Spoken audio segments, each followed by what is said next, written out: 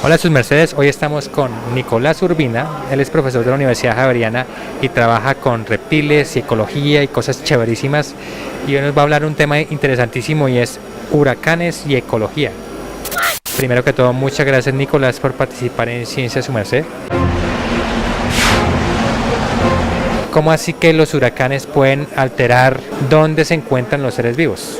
Bueno, pues los huracanes es algo que vemos todo el tiempo en las noticias, es algo que es totalmente claro para la humanidad que existen, que hacen daño, que tienen una dinámica, pero en realidad no sabemos qué efectos tienen. Hay muy pocas investigaciones acerca del efecto de los huracanes sobre bichos tan pequeños y tan relacionados como tan fuertemente con su lugar a una escala muy pequeña como los anfibios o los reptiles. Entonces, pues dentro de esto estamos muy interesados en ver un poco cuál es el efecto de estos huracanes con el sitio donde viven los anfibios y un poco qué pasa a largo plazo. Bueno, pero entonces cuéntanos por qué un huracán puede afectar dónde viven esos bichos o alterar su dispersión o cómo es el asunto. Ok, bueno, pues los huracanes actúan como diferentes escalas. Lo más evidente que vemos es cuando va ganando cada vez más poder y más potencia y se va acercando a sitios más húmedos y se vuelve de categoría 2 a 3 a 4 y se vuelven muy famosos en la medida que sean categoría 5 y ya son un tifón, digamos. Pero resulta que el efecto más evidente es en la vegetación. Arranca árboles, arranca vegetación y cambia un poco el sitio donde viven estos bichos que son muy sensibles a cambios en el sol, en el viento, en la temperatura. Pero hay otros cambios que no percibimos y que están muy poco estudiados, que es por ejemplo el transporte de agua salada hacia adentro de las islas o hacia adentro del continente, y en la medida en que sea más potente y más intenso ese huracán, pues el agua va a llegar más lejos y va a alterar la sal, digamos, de esos cuerpos de agua, donde las ranas no son capaces de sobrevivir.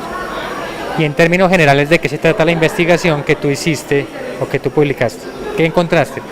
Bueno, esto es una colaboración que tenemos con colegas mexicanos en el sur de México, en el Pacífico, específicamente cerca de la estación de Chamela, donde personas del INIRENA, que es un instituto de investigaciones de la Universidad Michoacana y la Universidad Autónoma de México, han estado investigando desde hace mucho tiempo diferentes parámetros de la biodiversidad. Yo entro a colaborar con ellos hace como unos 2 años en el tema de anfibios y reptiles. Entonces este artículo específicamente lo que busca es un poco ver cómo cambia el conjunto de especies en un lugar determinado cuando comparamos las especies que viven en un potrero, especies que viven en un potrero abandonado hace 5 años, hace 15, hace 30, hace 50, hace 100 años, bajo la hipótesis un poco que los bichos que viven en potrero deberían estar supremamente adaptados a cambios en su vegetación, son muy resistentes a sitios, digamos, muy perturbados, y cuando llegue el huracán no les pasaría nada. Mientras que sitios que viven en un bosque muy conservado, muy cerrado, muy oscuro, muy húmedo, muy frío, se esperaría que entonces vayan a responder muy mal al huracán. Entonces pues estamos viendo es el conjunto de especies, cómo responde a nivel de riqueza o número de especies y la abundancia de algunas de esas especies. Identificamos especies que ganan abundancia o ganan individuos después del huracán y especies que pierden individuos y de hecho que desaparecen después del huracán, pero esto tiene una relación cruzada un poco con en dónde viven. O sea que un huracán uno no puede decir que es siempre negativo para una especie o positivo, sino dependería de la especie.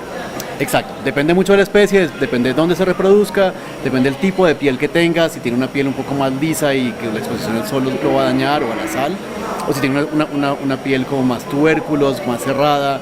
De hecho vimos que los anfibios responden más fuertemente al efecto del huracán y la deforestación o digamos la recuperación del bosque natural que los reptiles. Los reptiles al tener una capa de escamas pues son más un poco independientes de microhábitats húmedos o no húmedos y dependen mucho más de gradientes en su temperatura, de cómo cambia la temperatura desde muy caliente hasta muy fría.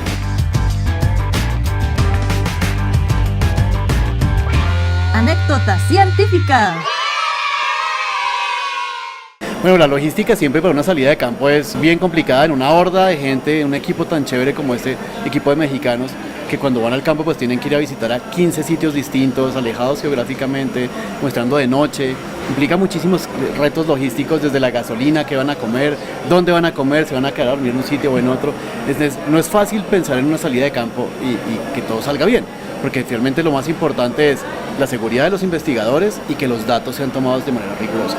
Entonces la anécdota va un poco a que mis colegas mexicanos, después de este primer huracán que salió en la publicación, luego llegó un huracán tipo 5, que es mucho más fuerte, arrasó con todas las parcelas que estaban demarcadas y pues había que ir al campo.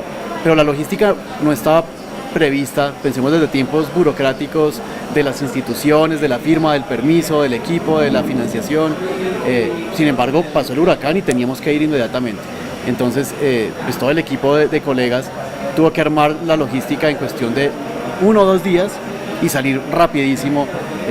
Y pues claro, se quedaron muchas cosas, tuvo que adaptarse un poco a la salida, fue una salida un poco más compleja porque no fue programada con tiempo, pero pues nadie programa un huracán. Y cuando alguien trabaja con disturbio o cuando se rompen la frecuencia de este tipo de eventos, pues tiene que estar adaptado a cuando suceda, vamos. En el caso de temblores, incendios, erupciones volcánicas, etc.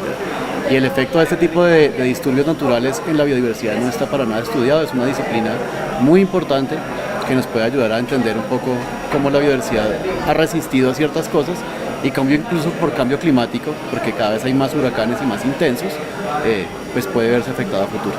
Bueno, Nicolás, muchísimas gracias por haber participado en Ciencia Café. Ciencia para su merced.